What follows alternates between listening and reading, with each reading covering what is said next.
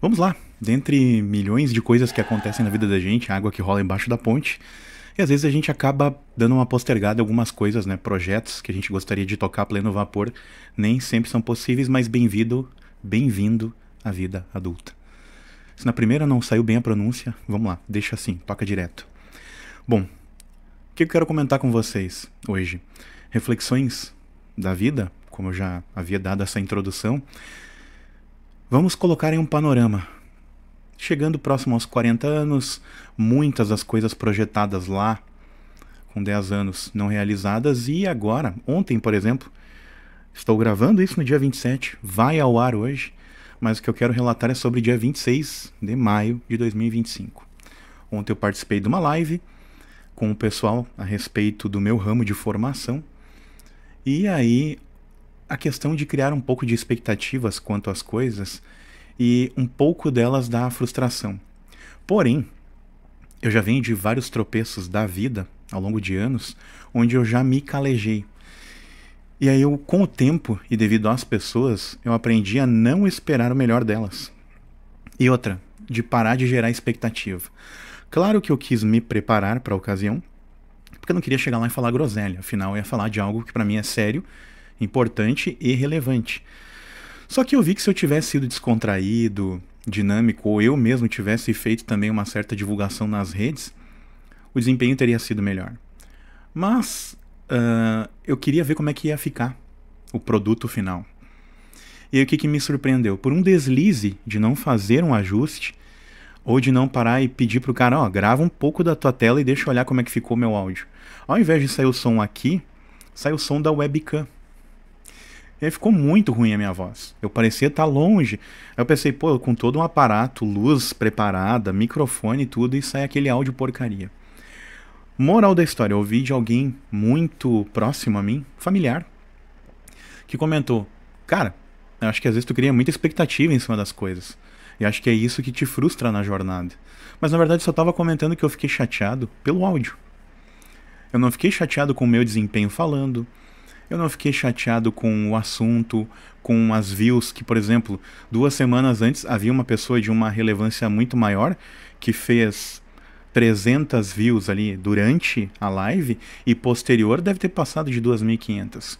Só que esse cara tem 30 anos de background, esse cara tem 30 anos de vivência no ramo. E eu sou um recém-chegado, eu nem fiz ainda, não completei uma década ainda em cima disso. Estudando sim, mas formado ainda não. Então como que eu vou equiparar as coisas, sendo que ele tem muito mais audiência do que eu, muito mais tempo de estrada do que eu nisso? Quem é o Fraga no jogo do bicho? Né? Falando só o nome comercial. Mas enfim, o que eu quero relatar a vocês aqui, né? Dessa filosofia que parece desconexa, né? Esse pensamento em árvore, que ele vai indo para as laterais e retorna. Deixar claro a vocês que, sim, eu quero ser alguém não famoso, porque não é esse meu objetivo. Eu quero ser alguém de relevância. Alguém que influencia, porém sem a conotação influência. Eu quero ser alguém que tenha relevância na vida das pessoas. Alguém que transmita alguma informação com pelo menos o mínimo de uma sabedoria, de uma vivência. Porque eu acho que a gente, em algum momento, o pessoal vai cansar dessa coisa fútil da celebridade ou subcelebridade que ficou famosa porque apareceu num reality que já está em queda há muito tempo, mas que tem ainda alguma relevância devido ao local onde é transmitido. E aí, por ter uma cobertura maior, tem audiência. Porém, já não é mais como foi um dia.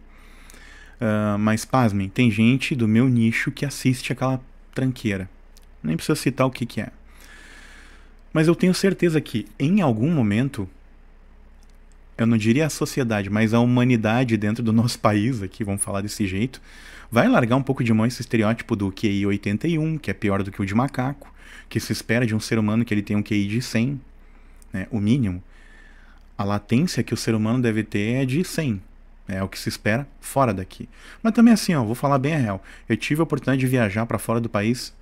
Na verdade, não foi só uma vez, mas assim, uma delas, os nossos irmãos uruguaios. Né? E sim, são irmãos principalmente da região sulista. Né? Mas aí isso é papo para outra hora. E em 2 oportunidades também viajei para a Itália.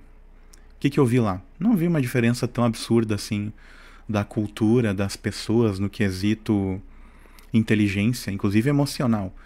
E a inteligência aquela que é medida, vamos dizer assim. Achei o pessoal ruim de comunicação, tão problemático quanto aqui. Então, assim, são latinos. Só que latinos do outro lado do oceano. Não vi muita diferença. O problema da gente é a síndrome de vira-lata. Ligar muito mais para pessoa famosa do que para uma pessoa que realmente produz algo. Só que a gente sabe que esse percentual, ele é uma bolha muito grande fora de uma bolha pequena que a gente vive. E as pessoas com QI que provavelmente é acima de 100, e eu não sei se eu me incluo nessa de fato, mas eu acho que pelo menos a 100 eu tenho. Acho que no mínimo 100 eu devo ter.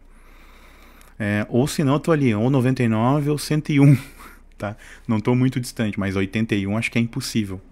Porque eu ainda tenho algumas ligações cognitivas que me fazem acreditar que, pô, o mínimo que eu tenho que ter é 100. Mas vamos lá, aí tocando o barco. A gente vive numa bolha. Todos nós vivemos numa bolha, a bolha do algoritmo. Eu que acompanho, por exemplo, o YouTube, essa ferramenta ao qual vocês estão me vendo. Eu acompanho isso com força, porque eu era um cara da rede social antes. Tempo do tal do Orkut, depois Facebook. Então, com força, eu comecei a gostar de YouTube de 2008 pra cá. Então, lá se vão quase 20 anos que eu tenho o vício de assistir vídeos. E por que disso? Logo ali em 2006, 2007, por aí, daquela coisa de pega uma menina aqui e outra ali, sabe, não cria um relacionamento por muito tempo. Uma delas me falou, nossa, tem tanta coisa interessante na internet, tu só olha... Acho que na época era o Orkut ainda, não era o Facebook. Mas tu só olha isso. Me deu essa botada assim no meio, né?